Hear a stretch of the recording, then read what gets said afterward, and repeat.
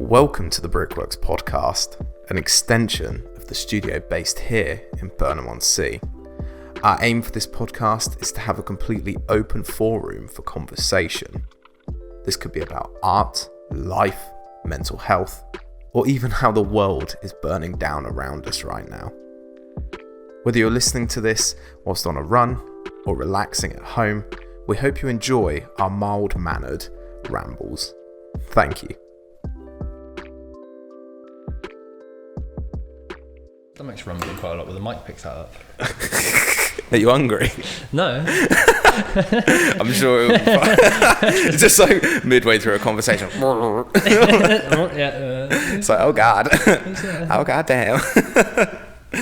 Oh man, how's it going? How's everything sort of with your lockdown? And we were just talking about cold dipping, which sounds amazingly awful at the same time. Just trying to find as many little things to do on the side that kind of keep you busy and feeling nice, I guess. Yeah, 100%, man. Yeah, but yeah, just the same as pretty much the last time I saw you, really. But, yeah. Well, it's weird because like, when did you? So you were in Bristol, weren't you, for quite a while? Yeah, like 2 years. Yeah, and you moved back to. Was it last year you moved back to Burnham? Wait, what year? Oh, it's 2021 now. Yeah. Yeah, it was last year. About almost a year ago, February. So. Christ. So how does that feel being back for a year? It's just gone quick. This whole year has just been like, as you know, I don't know. I think time dilation for different people is different, but for me, it's just gone really, really fast. Like I know that. It's just. So yeah, it hasn't felt like it's happened yet. You know. Yeah. So Just sort of fallen back into it in a way. Mm-hmm. Yeah, it's weird because I think we both moved back at like a similar time, because I moved back in January last year, I think it was. I moved back to Burnham, and so I've been back a year now, and it's really weird because I never thought I'd live back in my hometown for more than a few months, and now I'm back and I've been here a year and this place has started. It's like, like this is a whole new thing. I think you get preconceptions about moving back to where you started and stuff like that, and you're like, I can't ever imagine moving back to my hometown and stuff, but once you kind of do it, you still find your way, don't you? You still find, you don't go back to, like, my biggest fear of moving back was just like coming back and just, I don't know, like leaving where I left off and just like probably just like drinking too much and just being like that. And it hasn't been, it's actually sort of, I've still progressed as a person. It hasn't been a backstep. And it's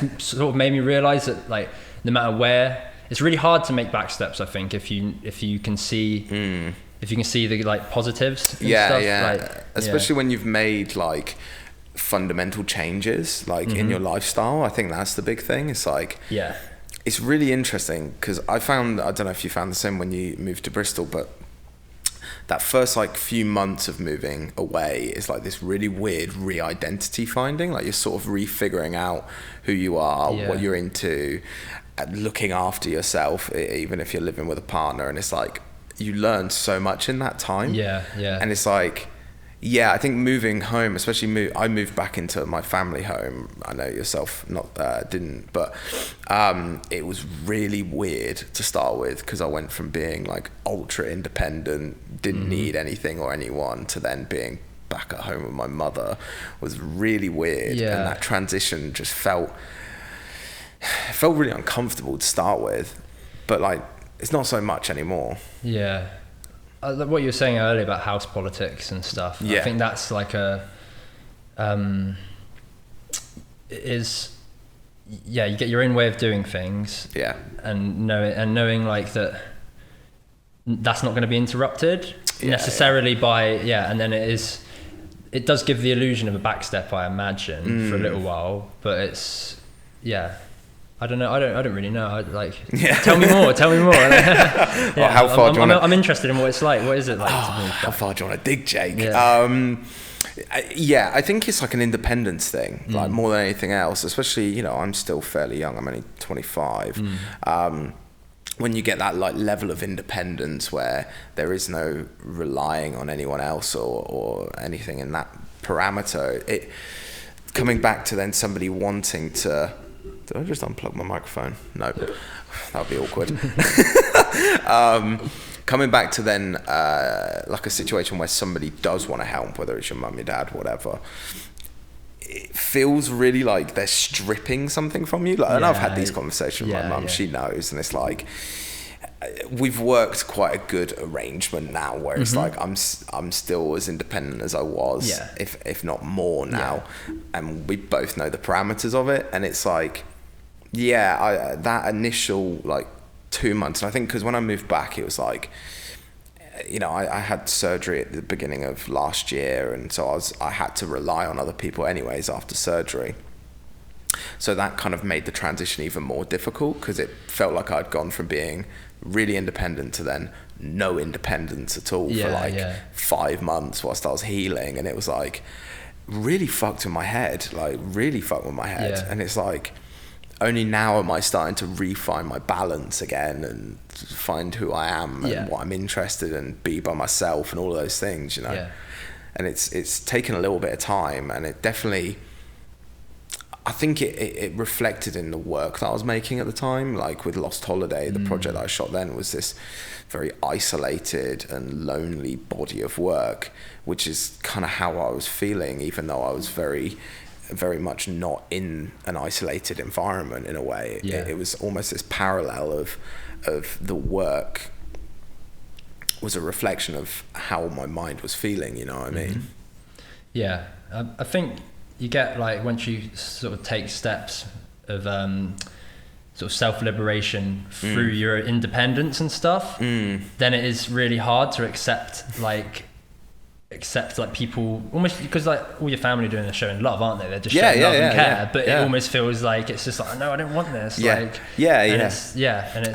It's really hard to make it sound like that you're not trying to be like a brat about it, to use lack of a better term, you know? Room, it's like, fucking hell, man. You know, and it's like I try to be as open with like my mental health and my own mental development especially, and I talk to people about it quite openly. And it's like, it was a moment where I felt like I was being a bit of a brat, being like, oh, I don't need you, but in reality I did, and I needed somebody at that moment, you know what I mean? And it was like, really really interesting how it sort of changed my mindset again from, if anything, you know, when I was living away, I was so independent that I was pushing people away. Like I became very, I don't need anyone, leave me the fuck alone in some parameters, to now being back to much more of an open mindset and, you know, being emotionally more available and open in a way. Absolutely, I think it's an illusion, isn't it? It really is this whole thing of like, oh, I need like, unless you've really been like totally stripped of like your independence and stuff like that, I think it's very much just like a perspective kind of thing. And really you've got as much freedom wherever you are. Totally. Like, depending on who you are and your circumstances of life, like, do you know what I mean? Like some people don't have the best, like, don't go into that, but it's I think you can. What's that? One of our next door neighbors.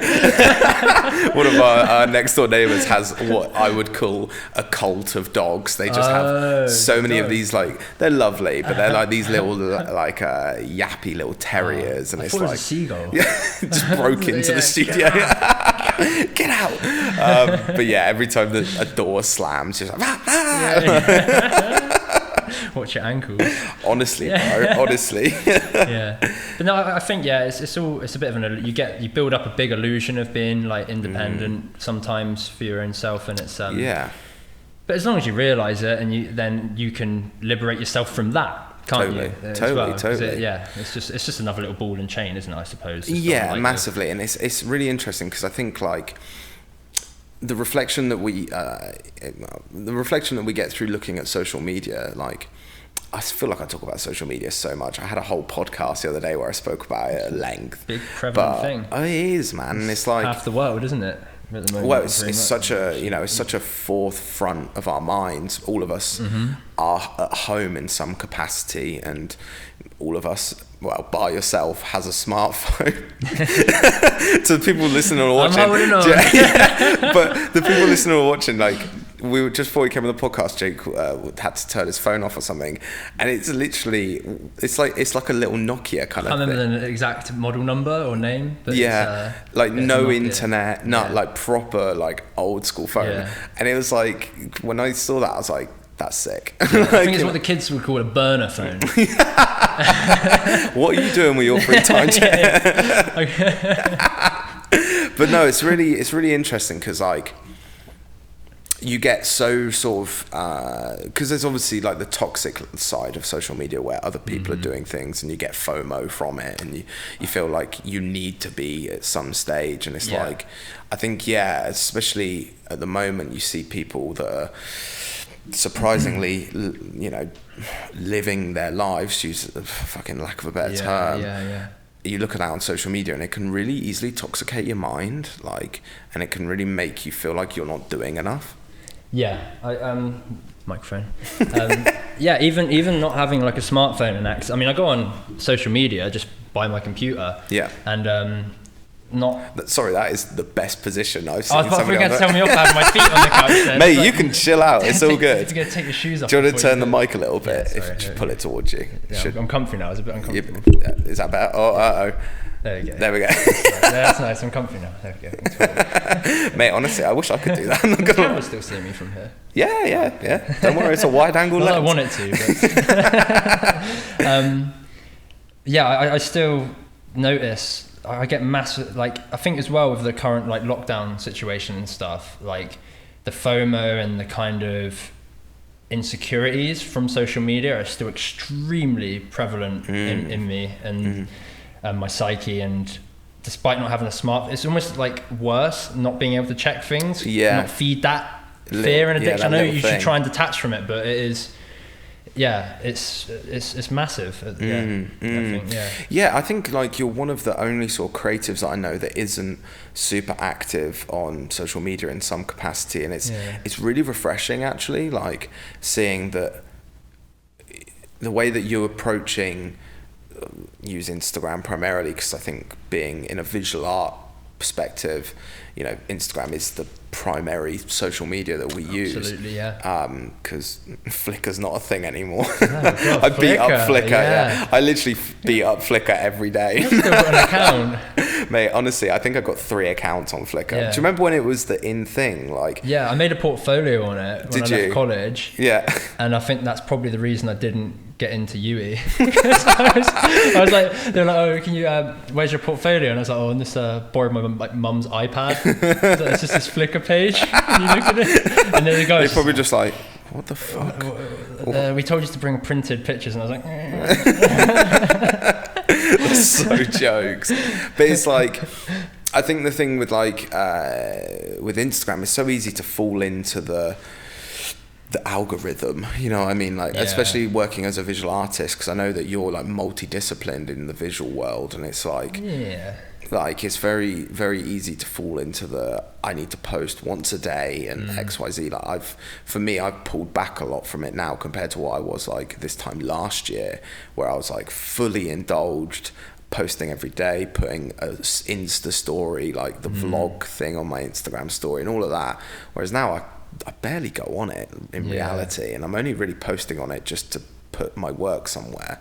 I think you should do it not for yourself but for your work more than anything, because like we said on the last time we had a chat on Skype, that was I think when you put stuff online and that's like the final destination for your work, it devalues it, I think. And I've been doing it. I deleted all my social media for a while, and then I just got Instagram back, and I remember on my last one I just posted every single thing I made, and I just looked at that stuff and I was like, that's done now. And I didn't want to do anything more with it, which is really sad, because I could have done, like, we could have printed it at least, or put it in a zine or something, but which is what I'm going to try and do more of now, like just do more print-based stuff. But I think I do use Instagram a fair amount. I mean, I try and post something once a week, and I will like have a look through and that, but I've set it up this time so it's just like I follow, like, I'm not just following it for a social thing.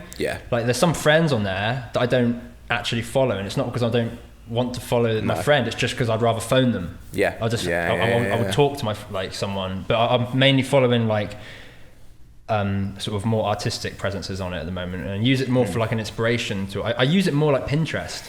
Interesting. Almost, yeah. So it's almost like a mood board in a way. Absolutely. Yeah. I follow a lot of great. I'm not sure what they are. They're just like, I think they're painters and artists themselves, but they just share works of art of lots of different painters, all through like, like Jesus, I don't know, what's the word, Jesus times?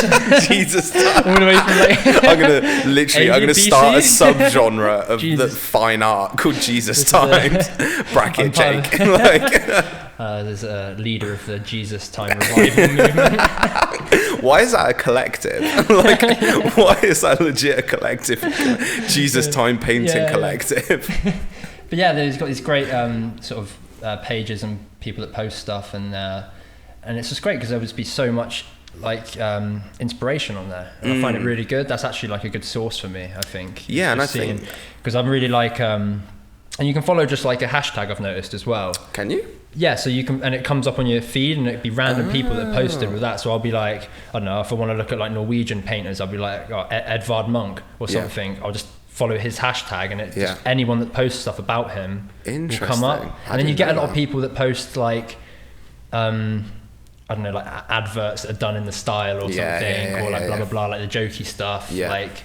But a lot of the time it's just stuff, and some people post stuff I've never seen, like works I've never seen before. Interesting. And I'm especially into, because I'm quite a primitive, untrained kind of painter, I think. Yeah. In terms of thing, I'm not very like technically adapt with the of course. So what I like is seeing these artists' really early works. I mean, obviously it's like they are talented, it's leagues better than anything I've produced, but still just seeing that gives me kind of like a motivation, not to like be great, but just to enjoy the process. Yeah. Well, that's the thing, is like I noticed that for you, like you crossed over into painting and doing a lot more paint-based work, like in like the last year or so primarily. Yeah, pretty much. Like, I've always doodled and I've always drawn. Like I've realised, like, I haven't been painting for like very long, and then I was like, actually, I've been drawing, sketching and stuff as long, like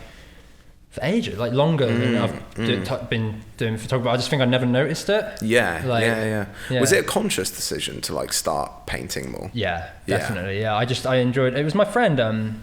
It's a shame he's all the way down in Cornwall. He'd be a great person to get on the podcast. But my friend Pablo Arezu, I met him through music, and we're in a band together. And but he's a really extremely talented oil painter. Really great. Like I'll show you his stuff at some point. I'd love to.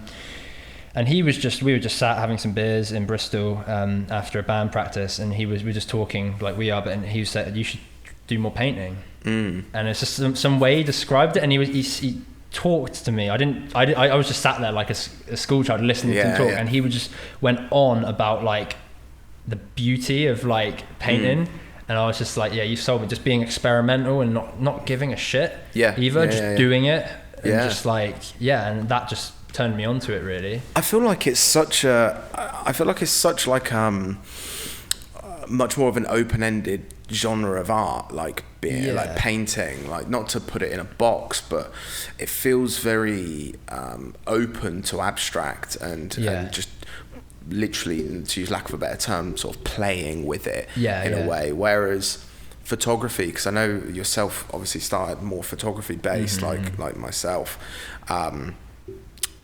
isn't so much like that. I don't think. You can obviously be creative and you can obviously be very experimental with your work, but it feels much more confined in some ways, and it's something that I've always thought about, especially when the thing with like, I had this conversation a while ago, but like genres in photography, and when people put styles to genres, that really annoys me a little bit, because it's like, by doing that, you're boxing that work into a way of looking, and other people see that and they carry on the boxing process, and definitely and it whereas I feel like painting, and obviously painting's a very open-ended word, but painting doesn't feel boxed. It doesn't. You can really just play with mixing processes and start to just create, and you can be, not to use liberal, but you can be much more liberal with your processing. Yeah. Whereas photography, especially now, I think feels almost like the processes are written for you in a way. Yeah. Photography and painting to me are like both equally beautiful and useful tools, and they're both like mediums. They're both amazing, and amazing. That's such a lame word to use. Did you just get a BTEC, Jake? Yeah, it's good. I like it. That's what I wish I could just talk like that rather than. Honestly, there's part of me that wishes that I didn't have to like add words. Bigger words are great. They are good for. They make sentences sound better. I think. Yeah, definitely, and that you can cover more things. In one go with a bigger word. Yeah. But we don't need to mystify art too much. We're going to sound like elitist by the end of this podcast. But John Berger will write a book about it. But it's weird because like, for me, I just started playing around with. I've always been interested in like the street art sort of perspective of painting, like the stencils and layering stencils and the dynamic that comes from that. So I've started playing around a lot with sort of stenciled letters and stenciled words and putting them on plain backgrounds and all of these things. I started to just play with type.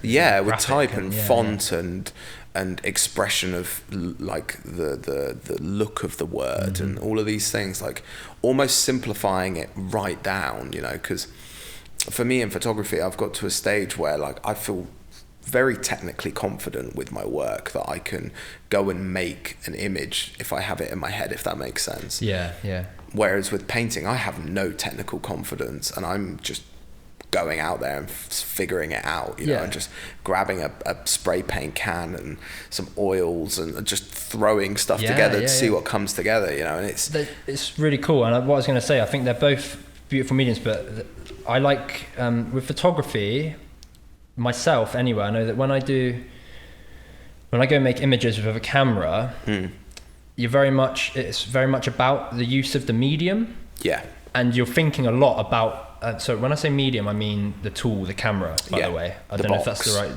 medium. I'm using the tool. The camera's a tool, and it's very much about the tool itself and how that interacts with the world environment. Yeah. And whereas with painting, I feel like I can forget the medium a bit and the tools I'm using. I can forget that I'm using the paintbrush and I can forget that I'm using paints and I just get more lost in it. But I like photography in the sense that it is a reproductive tool. I think it's unique and it's beautiful. There's nothing else like a camera in this world. There's no other medium like it. But you're very much tied to what the camera wants to see. You can't abstract it. You can. In some ways, But you're almost, no matter what you can abstract what, I suppose you could go into the camera and slash up the film before you take a photo, but I mean, what you're getting is the image from the camera. And you can make an abstract sculpture or a painting and then take a picture of it, but the camera's always going to reproduce.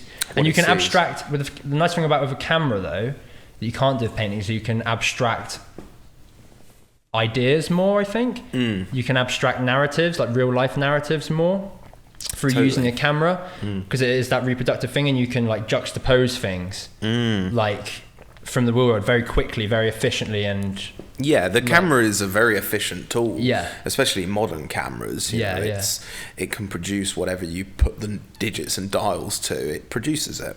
Whereas I think maybe this is why we're both very interested in film photography, because it is a very analog and old process. There's much more of an input into the making of an image in film rather than with digital. And this is no disrespect to anyone that shoots digital and shoots like automatic settings or whatever. I've done it. Most photographers have shot auto at some point in their life. Of course you do. No, I never have. Haven't you? No. Doubt it. Let me look at your Canon. Show me your Canon. Let me see the metadata. But it's like there's you know the control and the input that you make into a film camera feels very similar to making a painting, I've found. But you're very much like your a point there about the camera sees its own image in a way. It's very true, because it is a tool. It's a box with a piece of glass out the front of it. You hold it, it's the eye of the beholder, but it produces what it has to produce. Whereas, with painting and other forms of artwork where you almost physically have to be involved with the work, it changes the dynamic, I think, and it changes especially the process behind it and the emotional process that goes into it. I found with painting, I feel much more emotive when I'm painting than I do when I'm making images, and I think that's a reflection of what I'm making and how I'm interested in the dynamic of it, but also it's a reflection of the process of painting. It is a very physical thing. You're moving, you know what I mean, there's almost a rhythm to it, you know, and it's very interesting when you simplify it and break it down, I think, and start to look at the emotive part of it. And I think the camera being such a powerful and rigid tool, that can almost get in the way if you want to be a bit more subtle about something. Interesting. So I think it's extremely powerful, and it's almost like it's like a rodeo when you use the camera. It's doing its own thing in a way, and like you have to really try. And that's where really talented photographers like yourself and loads of other people get really the best out of that, because they can steer that power that a camera has in an don't say amazing again. If I say or amazing, I cut you off. Cut me off. That'll be the end of the podcast. I cut the podcast, end it. I'm blank now. But when people steer the power of a camera really well, it creates such powerful works of art. But sometimes if you want to be a bit more subtle and you don't have because I think I've lost the capacity to make a really, really powerful kind of striking image with a camera. What made you say that? I don't think I ever really had it, but I don't know, just when you're shooting all the time, you get in a flow state, I think. And you just capture, especially street photographers. I'm not really a street photographer myself, but I've noticed that they just have this way, and you can see this rhythm in their work. And you can see this rhythm on a roll of film, and they're so much into it. And I think that takes a lot of build up to get into that flow state with it. And I think when you don't do it for a little while, you have to build up again. 100%. One of my friends in Bristol, Adam Bailey, his name is, amazing street photographer, great. And I was looking at his work, and it's just got this really amazing, it's just in the street. It's sorry, that sounds so lame. I'm trying to make it do it justice. But it's like the camera is just floating around. It's like the camera is a fly. It's a part and it's just going around unnoticed, capturing things, and everything's aligning.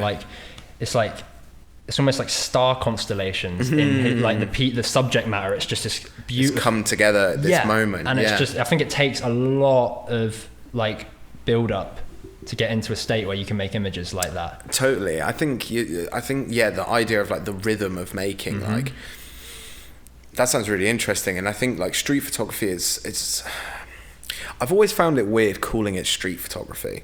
The idea of it just being street photography, it's it's photography. You're still telling a story. Okay, it's taken on a patch of concrete.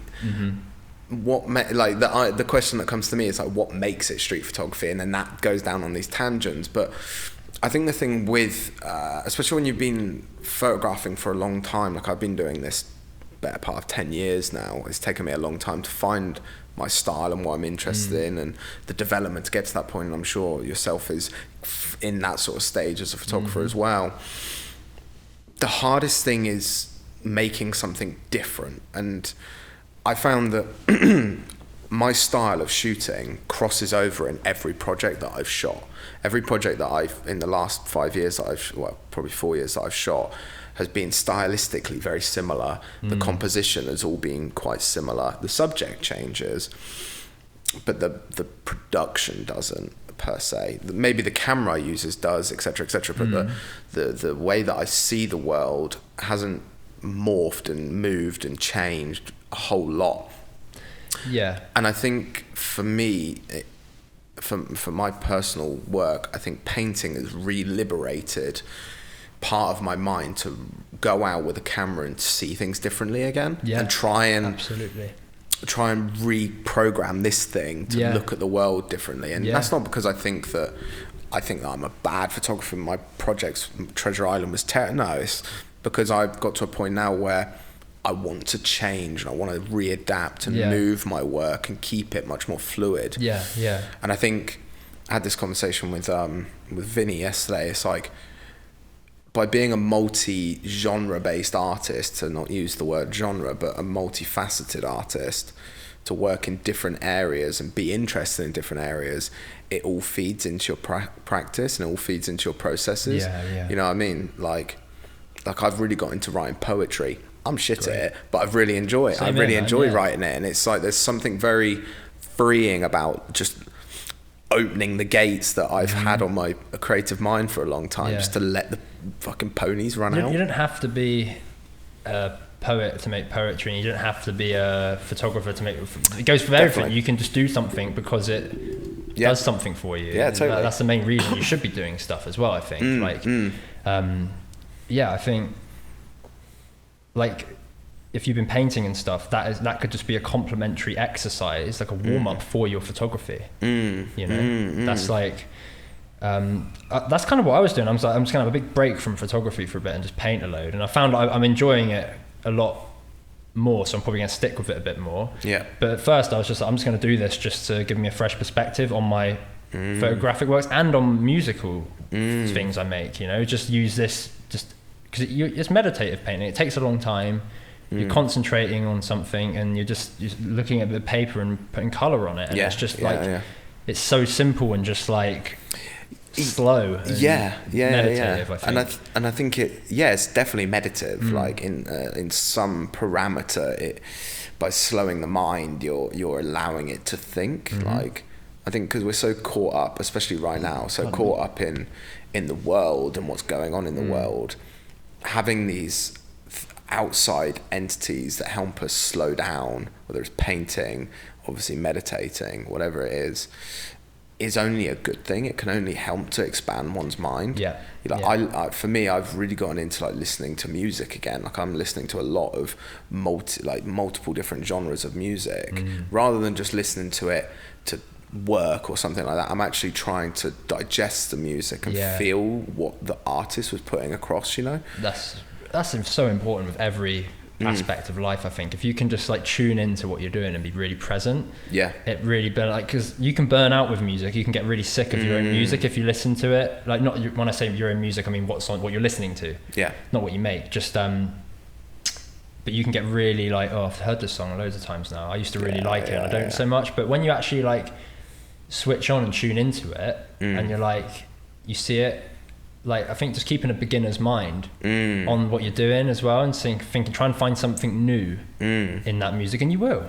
Always, because like, no matter what, if you listen to the same song every day for the rest of your life and you didn't have anything else to listen to, it'd be horrible. Even if it was terrible. A shit song that you hated, you could literally find something new and you're beautiful in that song with the right mindset. And I think you can do the same with like like what you said. You want to find something new and you want to progress in your work and what do you say, the production of your work, like the process of it. And I think if you drop as many preconceptions as you like, not physically or mentally can, then you will, even if it's the same thing you're doing. You can find new niche and stuff that refreshes it for you. It's difficult to do that though. It's like you can talk about doing it and it's just like, but when you're actually there, it's just like, I don't know. That is a whole different it's a whole different ball game when it comes to actually doing it. Like it so is. And I think there's a part of my mind now that's like looking at my work and my photography, and I'm like, I want to try and be much more abstract with the process, because like the way I approach imagery is quite linear. Like, if any, I know that yourself has seen some of my work and other people might have as well. I wasn't expecting to talk about my work so much, apologies. But it's fine. It's very constructed. Like the way that I see composition, the way that I see the world is a very linear, constructive narrative. It's just right angles and straight lines everywhere. Like, and that's what interests me in composition, and that's why for me, I don't photograph people very often. The only time I photograph people is actual portraiture, where I'm with an individual and I want to learn about this person. People aren't really included in my work other than that, you know, in a lot of the processes.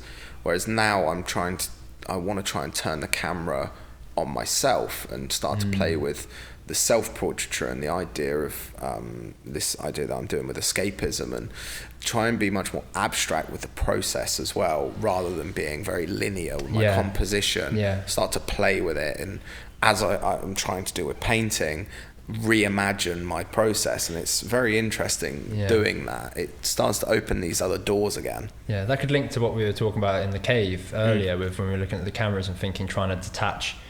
What were we talking? We were saying about how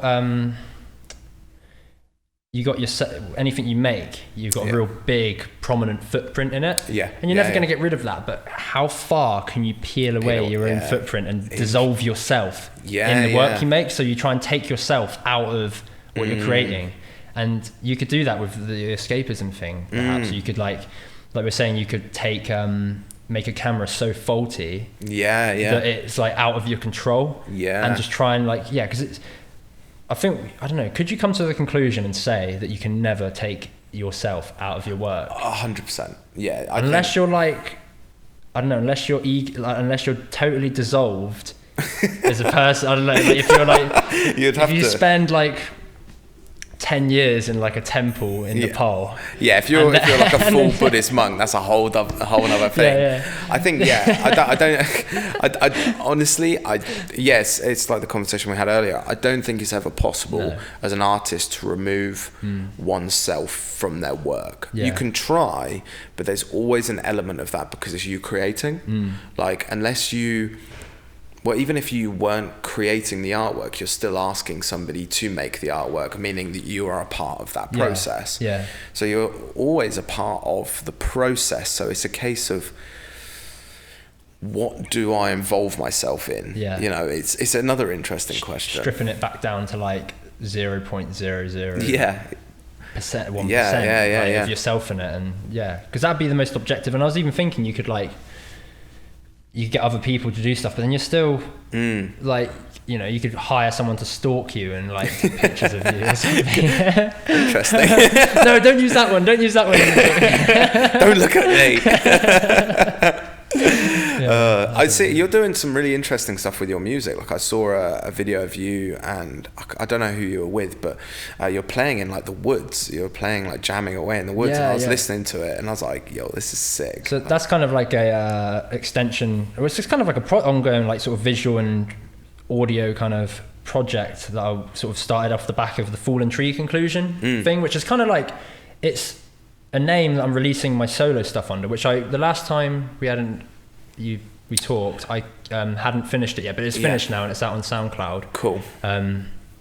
So I haven't figured out Spotify yet. I'm really Spotify sounds Spotify seems like, I was like, how do you get your music on Spotify? And then I was like, I can't be bothered with that. Well, I think with Spotify, when it comes to podcasts, it's quite easy to get them on Spotify. But with music, I think you need an agent, or you need somebody who has access, and it just becomes a fucking nightmare. It's like that, But, anyway, so that's the field recordings is what I'm going to call it. Just the fields. Cool. I'm going to do a few more when we can, but it's difficult to meet up, as we know. And so just, and it's the first time I've done any video in a while, and they're very simplistic videos, and because I'm kind of teaching myself Premiere again and stuff like that, and using my camera to make video. But it's just going to be a thing. I'm just going to go to different locations, and it's just music kind of made up on the spot. Interesting. So me and Tom, and Tom is the guitarist in the Junk Trips, one of the bands I'm in. We had a little jam and made this like Irish jig song in my flat, and then we took that out to the woods and recorded that there. And then he had a little idea, and we literally jammed in the woods for about an hour before letting the camera roll, and just thought of this song and did that, and then sort of cut it in with our walk where we went and sort of exploring. And it's up in the Quantocks in a place called Dead Woman's Ditch. So you have all these cool like names floating around your head. And, oh, cool, make some like weird like we're aiming for like a bit of like a Sonic Youthy kind of vibe in that kind of song. But and the other one was my friend Merrin in Cornwall. He's an extremely talented drummer. He's who introduced me to Pablo, the painter I was talking about earlier, and we were in a band together, and we were skateboarding under this bridge in where does he live? Falmouth. But it's just outside of Falmouth near an Asda. There's a skate spot, like a DIY one, underneath a bridge, and we were under there, and like this massive road bridge is above. And we were both like, oh, there's like a little stairway going up there, let's have a look. And like climbed up this wall, heroin needles all over the floor, broken glass and stuff. And then we like, there's this like doorway. And you can just hear cars and trucks going over the top of the thing. We're like, what's this called? Look in this doorway, and both sort of said something, like sort of shouted, and the echo, we were like, oh my God, this is like a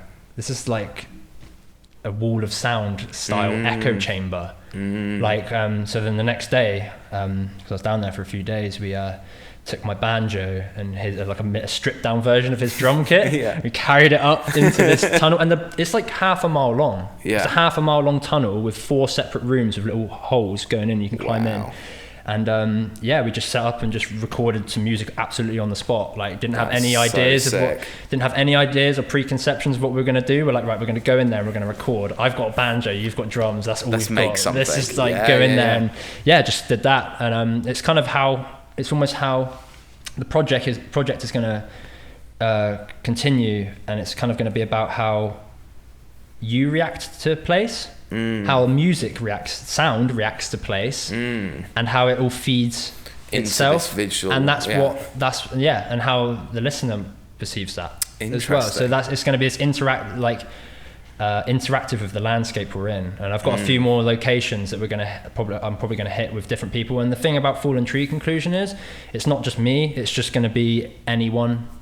Like it's just a open project for anyone to be involved in. That's cool. So that sounds so sick. Like, it's such a, because I remember watching the video, because I think I've seen the tunnel video. I think it's on your social media somewhere. Yeah. And I remember watching it and being like, yo, this is sick. Like, what the fuck is Jake doing? But it's cool. like because it's so man. And it's like, I suppose like the preconceived notion with like the music industry is everything has to sound really clean, everything has to sound studio quality, and it's like, I love that like yourself is approaching that in a different perspective. Yeah, both of those recordings. I mean, I need to get a little field. You can get like a condensed, like one of these with an SD card, and it's like a little field recorder. I need to get one of those or a couple of those, but those two were done on phones.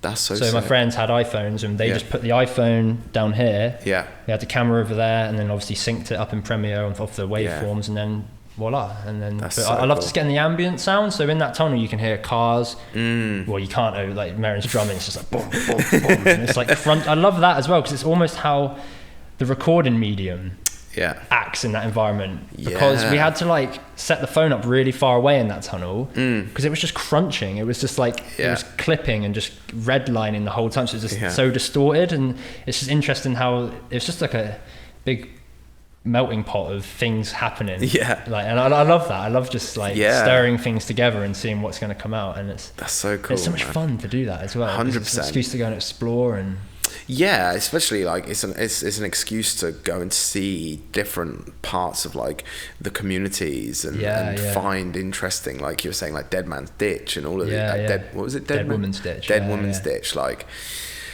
finding these cool little names of places, and it's like there's such an exploratory element to it that almost feeds into the process of it. It's almost, the exploring is actually just as valuable as the process of making the music and recording it. It's like it's very much like this melting pot of ideas and processes all coming in and feeding this like 1 minute video or whatever to make this really cool thing. And it's very interesting to like to see that and to listen to the process that goes into it. Like where did the idea for it come from? Was it just like totally off the cusp, really? I think I've always liked it. Started when I went on holiday with my partner's family, in the Wye Valley, and I went on this like, and it was this time last year, and the river was just like the River Wye was just bursted at its banks, it's roaring around, and it's raining. I just went for a set off like 6 a.m.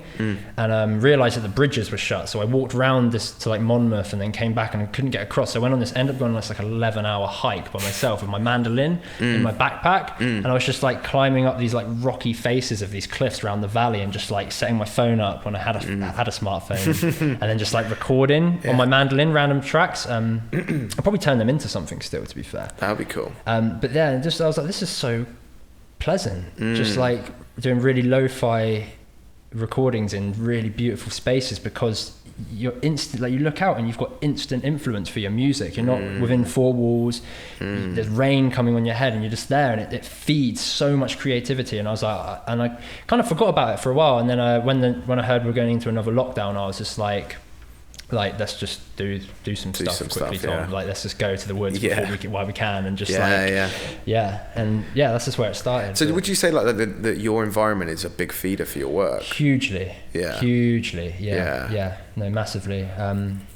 The beach, I like the beach. The space out there is like, especially for my painting, I know it's like a lot of my paintings, I haven't realised it, but when I think about it, a lot of my paintings are set on the beach. One, because it's easy to paint if you're shit at painting. It's a big open space. It's not actually, because it's a massive open space, and I always make it look so compact and tiny. Yeah, perspective is key in that. I really need to learn some.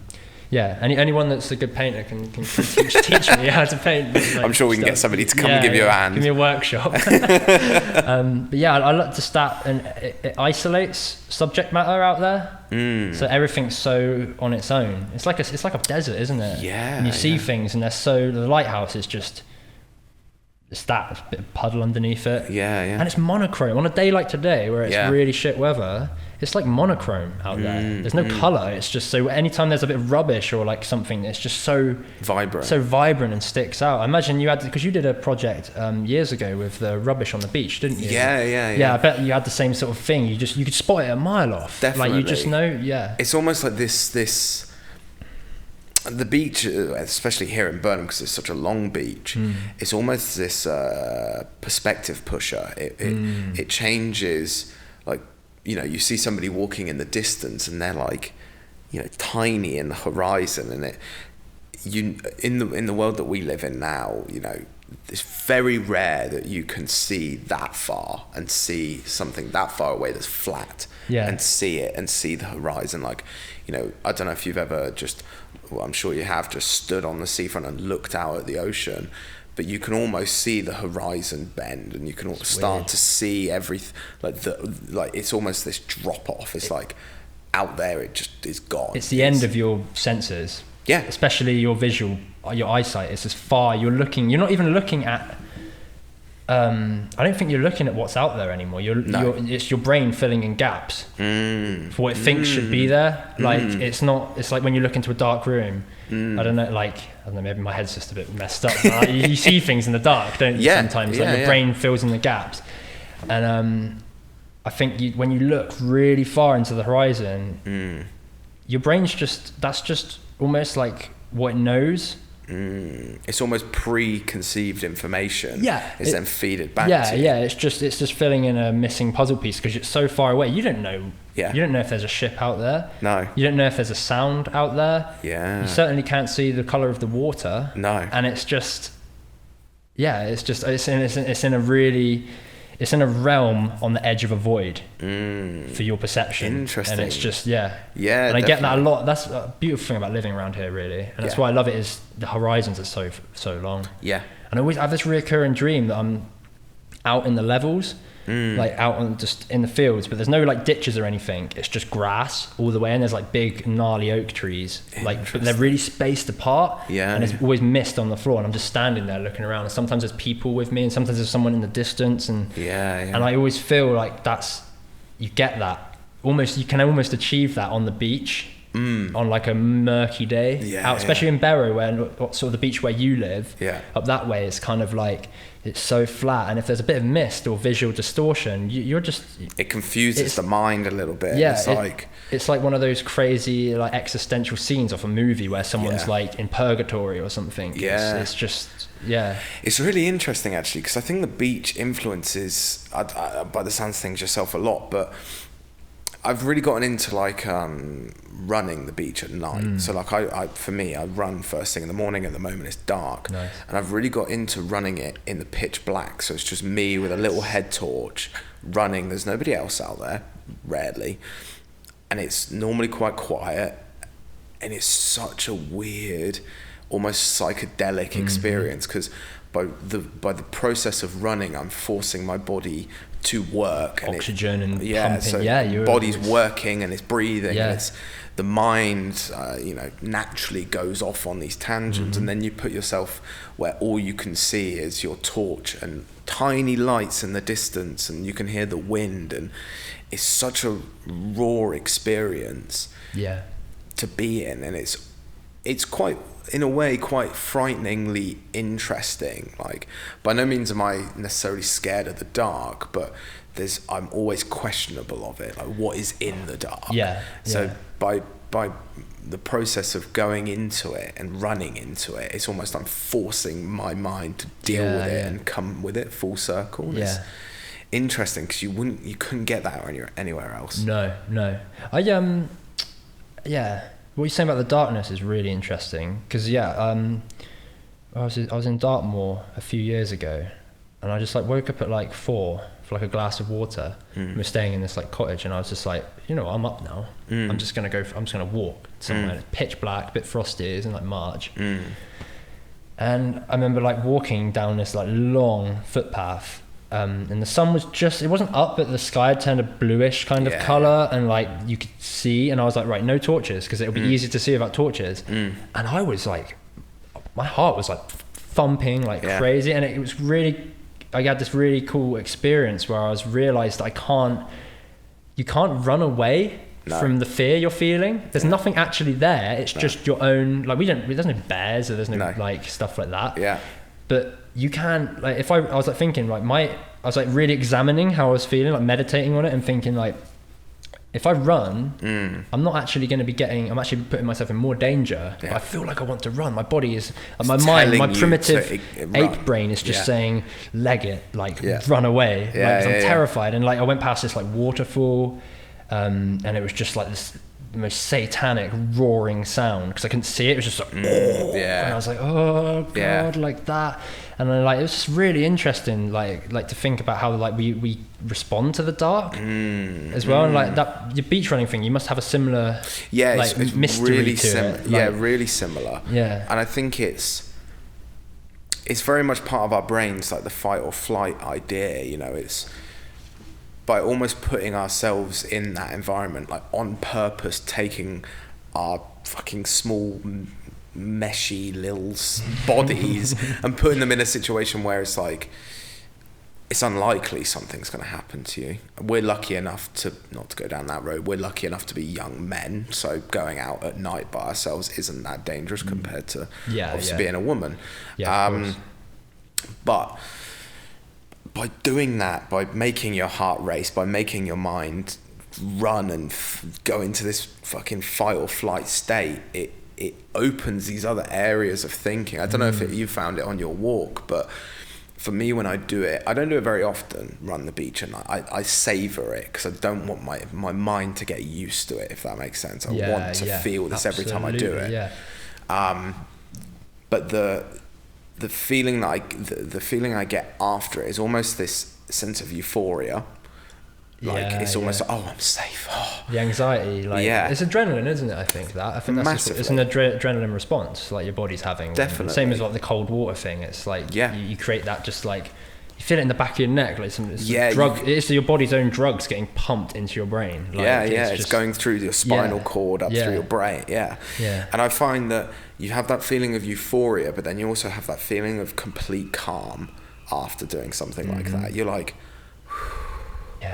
it's like, okay, what did I just learn? Like that self-evaluation after it as well. It's like, I find really, because I'm really into like self-evaluating, by the sounds of things yourself as very well. Much. I was very like, just didn't do it for years, but I'm making up for lost time now. Yeah, like, definitely. Yeah. Honestly, same. And I think I wish I could like self-evaluate when I was like 16 or something. Yeah, to be honest, I don't know if I'd want to. With my mind when I was 16 years old, just like societal pressures going fucking mad in my mind. Yeah. But yeah, like the almost the meditative state afterwards, it's like, it's so freeing and liberating doing those sort of like putting yourself in a position where you are scared, like, and you are literally, your heart is racing to feel like it needs to run away. It creates this massive calm and this almost pad of thinking. Yeah.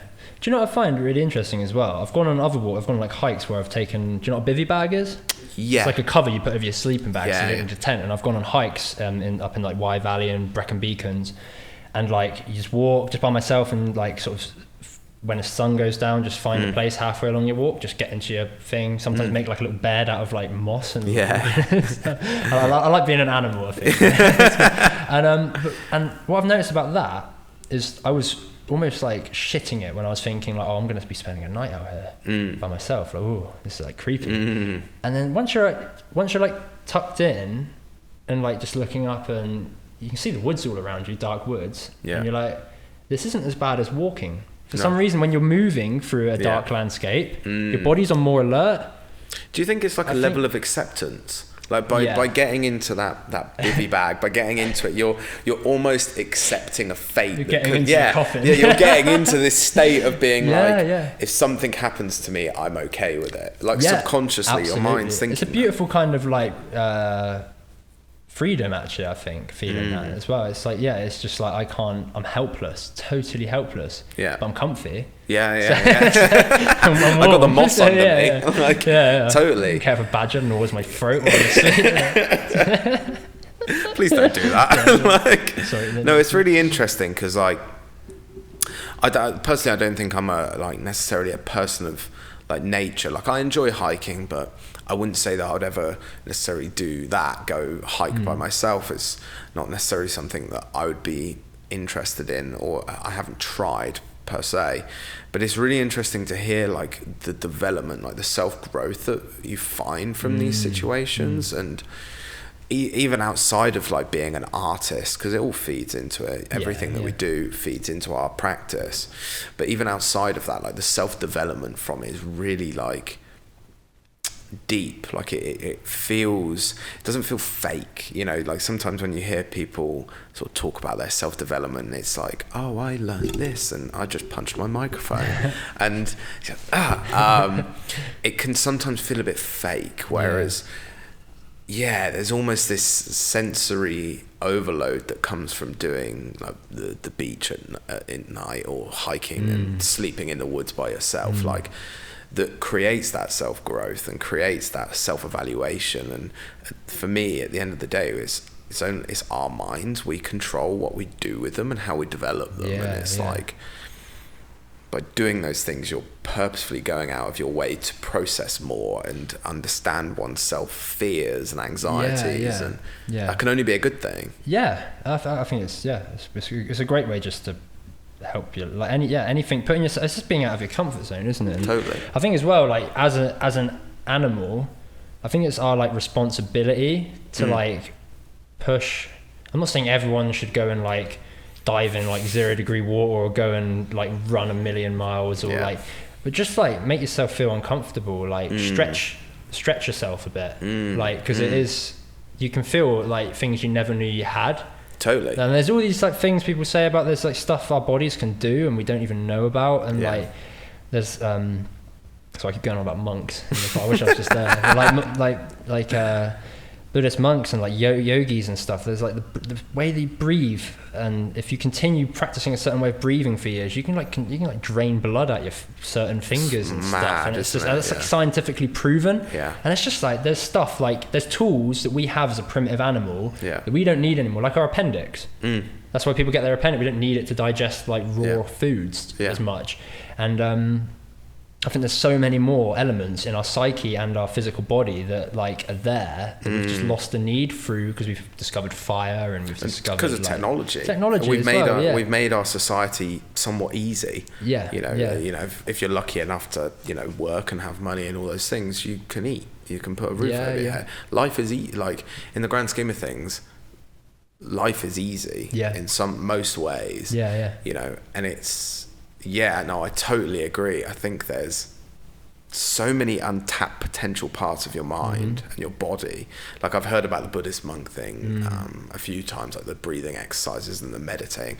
I watched, have you ever, I don't know if you have before, but you go on Facebook and end up on like the rabbit hole of Facebook videos. You know what I'm on about, where you're just like, and stuff. where you're just like, where the fuck am I going with this? Yeah. But I watched one yesterday, and it was one of those ones where they've got like the automated voice where it's like, your name, like that. Ooh. But it was about these Buddhist monks that had basically put themselves into what I'm going to butcher it, but the idea of forever meditation. So like they had left their students and gone and sat in the woods or wherever and and just stopped and meditated, and they died, like they passed away.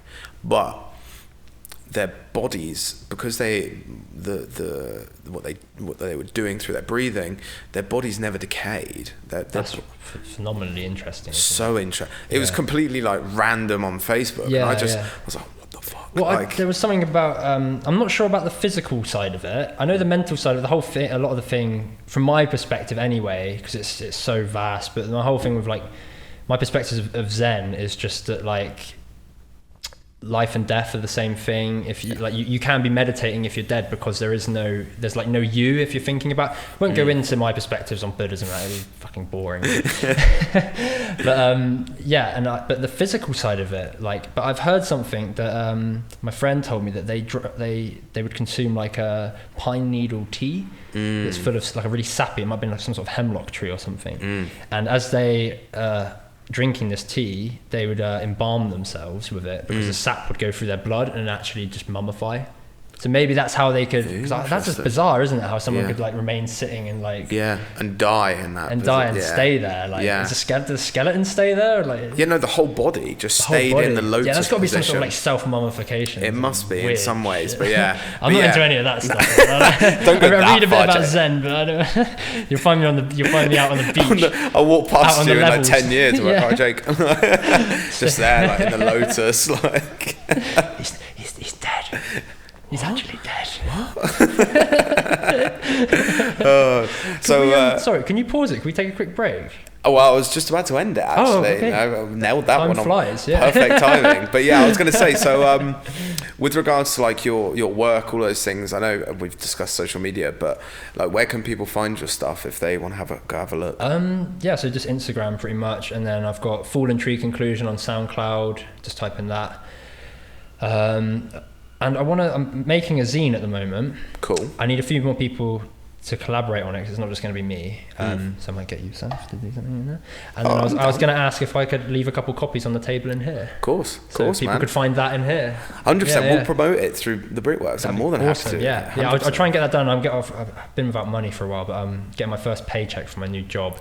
Ooh la la. Next week. Nice. Next month. Can't beat the Sometime paycheck. Next month. Yeah. As soon as I'm doing that, I'm going to get printed. Straight on the zine. I'm going to get printed. That's when you know you're an artist. Zine, You get your first paid job, like, no. So true. Yeah. But yeah, man. So to everybody who's listening or watching this podcast, I want to say a massive thank you to Jake. Amazing to have you on, Thank you, man. It's been a pleasure. I appreciate it, and it's good to have, like, it's so good to like catch up, because I feel like our last podcast, our Faces for the Future one, it was great, but it was like, I think you were like my first guest, so I was like, what am I doing? You know, it was the first time I'd ever like talked to someone on camera as well, 100%. And it was Skype. You got that like time delay. Oh yeah, like that 10 milliseconds. Yeah. It's like, what did you say? Like, you know what I mean? You know when you did the one with Aiden? Was he in Japan at the time? He was in Japan. The lag, there was a bit of lag on that. It's like so you know, the news correspondence, but even on ours it was like bad. Tiny little bit. It's so hard to talk to someone. Like, this is like so much nicer. Like in here. I love doing these in person. They are so much better. But I appreciate you coming on, man. And to everyone that, as I said, who's listening or watching, make sure you go down to the description below. my ankle just clicked. Did you hear that? How bad that was? That's freedom. That's BMX for you. Ankles are fucked. But yeah, make sure you go down to the description below to check out Jake's work, his music, photography, painting, all the fantastic stuff that you're doing at the moment. And yeah, guys, as I say at the end of every podcast, make sure you stay safe out there. The world is crazy. Don't meditate and mummify yourself. And yeah, take care. Peace, guys.